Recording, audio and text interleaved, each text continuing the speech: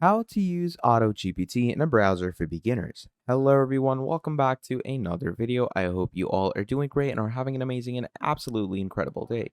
I bring you back with yet another video, and in this video we're going to be learning on how we can use Auto-gpt in our browser in the easiest, most simplest way possible. So without further ado, let's get straight into it. Now, it's going to be a very simple step. Okay, you're going to come to platform.open.ai. Obviously, there's no proper way to run AutoGPT because AutoGPT is a GitHub code. Okay, and you're going to have to install it, inject it using, the JavaScript and everything. And it's a very long process. The easier way is to first of all come over here. We're going to come to this place. We're going to go and view API keys.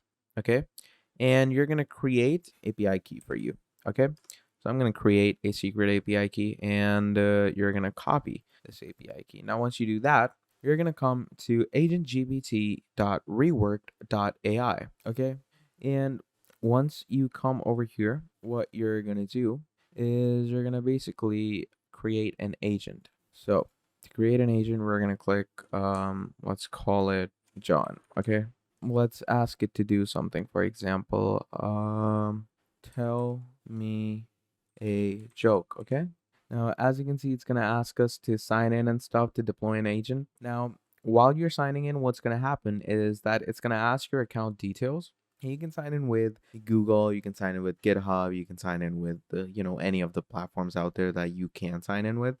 And while you're signing in, what's going to happen is that it's going to ask you to give your API code if you want to run the agent by yourself. So to run the agent by yourself, give them your API key as I copied mine. Okay, there it is.